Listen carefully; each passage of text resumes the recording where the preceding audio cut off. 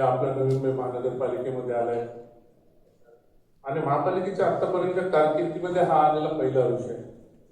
एका माणसाने तो टेंडर घ्यावं, त्यांनी सीसी घ्यावी, त्या ठिकाणी त्यांनी तो टेंडर घेतल्यानंतर त्याच्यावर त्यांनी बिल्डिंग बांधावी आणि आता ते बिल्डिंग बांधलेल्या बिल्डिंगला आता ओसीसाठी त्यांनी ऍप्लिकेशन केलंय.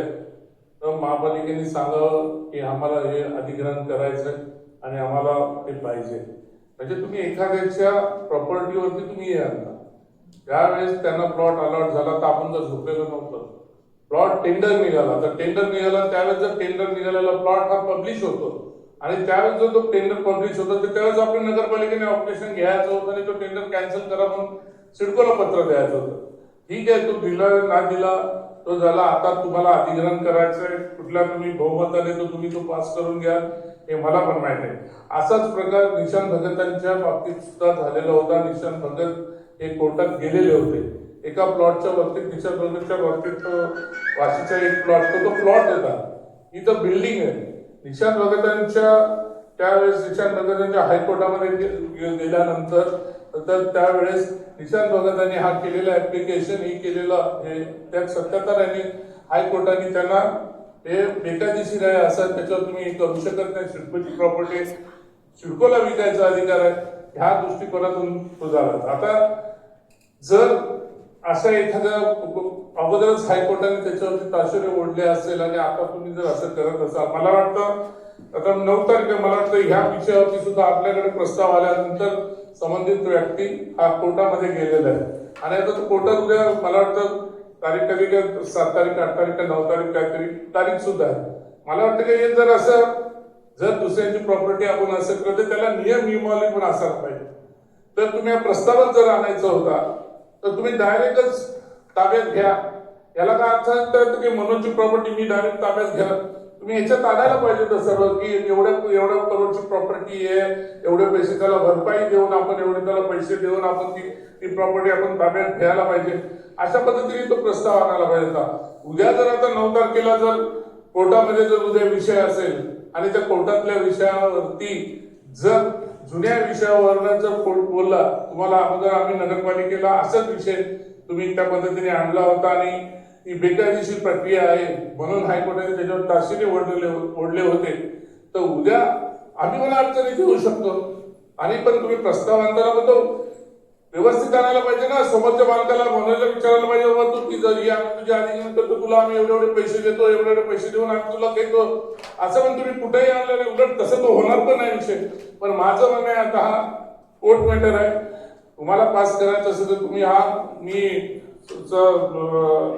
सूचना मी उपसूचना मी देतोय की हे मतदान होऊ द्या याच्यावरती आणि जर तुम्हाला पास करायचं तुम्ही करा आणि मतदान घ्या याच्यावरती. मतदान घ्यायचं बाबर महोदय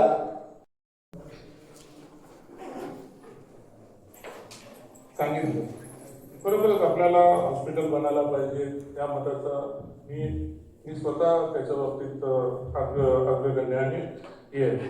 पण आपल्या ठिकाणी आता राबाडा मला समजलं नाही राबाड्याला काय जायला लागतं कोणाला. आम्ही पण तिथंच राहतो, आम्हाला पण तिथंच राहतो. ही परिस्थिती जर अशीच जर परिस्थिती होती, आज जर आपल्याला एवढे भूखंड आपल्याला सिडकोने आपल्याला दिलेले होते. माझ्या माहितीप्रमाणे तर भूखंड क्रमांक सेक्टर 19-19 जो सेक्टर भूखंड होतं जवळपास 10,000 मीटरचा भूखंड होता. तो नगरपालिकेने टेंडर काढून घेतला. छोट्या छोट्या गोष्टीसाठी आपण 100 मीटरसाठी जर आपल्याला हे करतोय तर मग ही विकायची आपल्याला का पाळी आली. मॅडम हे मी जे बोलतोय हे थोडं रेकॉर्डवरती घ्या, ते रेकॉर्डवरती घ्या मी जे बोलतोय ते. जर आपल्याला भूखंडांची खरोखरच आपल्याला पाहिजे होती, सिडकोने आपल्याला दिलेला तो 10,000 मीटरचा भूखंड होता, मग तो 10,000 मीटरचा भूखंड आपण टेंडर काढून आपण का विकला तो पण विषय जाऊ द्या. आज आपल्याकडे हॉस्पिटल आहे एवढं म्हणतात, आपण यांना फोर्टीजला आपण हॉस्पिटल दिलंय, अर्ध हॉस्पिटल आपण फोर्टीजला दिलंय, मग ती द्यायची का गरज आपल्याला आलेली होती. शेवटी तुम्ही जे आता निषेध आणि माझं म्हणणे की याच्यावरती निवेदन आयुक्तांनी याच्यावरती निवेदन करावं की जर ऍक्टवर आपण करतो कशा पद्धतीने त्याला ऍप्लिकेशन त्याला कशा पद्धतीने करायला पाहिजे. मला वाटतं की याच्यावरती जर कायदेशीर प्रक्रिया आपण आयुक्त स्थायी समिती त्यानंतर राज्य सरकार या मार्गाने जायला लागतं असं मला मानतं. ज्या पद्धतीने की आपण जर दुसरी प्रॉपर्टी आपण हे करतोय म्हणून म्हणजे आपल्याकडे मुळात आपण टेंडर काढून विकतो हे करतो. आयुर्वेदिकच्या हॉस्पिटलची काय परिस्थिती ते मला माहिती आहे. इथे सर्व मनोज बसलाय, आम्ही सर्वजण बसलोय, डॉक्टर हे ते ह्यांची ना आपण मुबलक पुरवठा आपली जी यंत्रणा आपली तिथे कमी पडते. पण एखादी कोणाची तरी प्रॉपर्टी आपण जबरदस्ती घेतलं जातं तो प्रकार चाललाय. हे याच्यासाठी चालेल. मला वाटतं की याच्यावरती आयुक्तांनी निवेदन करावं आणि मी सांगितलं तसं तुम्ही पास करा, पण आयुक्त ते मतदानाला टाका. सन्माननीय रेश्मा मडवी. विचार करा ना, तुम्हाला आम्ही बोलतोय ना, तुम्ही मतदानाला घ्या, मतदान टाका आणि आयुक्तांना बोललोय प्रक्रिया पाठी लावा. ही कुठली पद्धत झाली?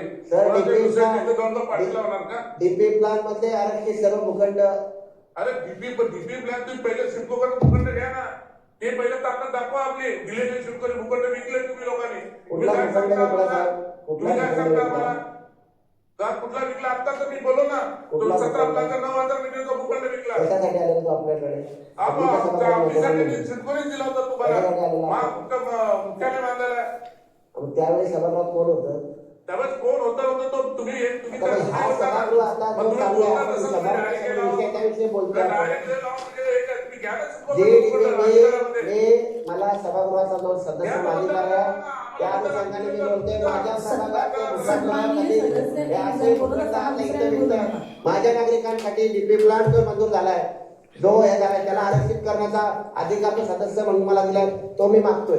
माझ्या प्रभागातले जेवढे आरक्षण ठेवले तुम्ही ते कंपाऊंड मारा, पाठी लावा, कारण सिडकोचा भरोसा नाही.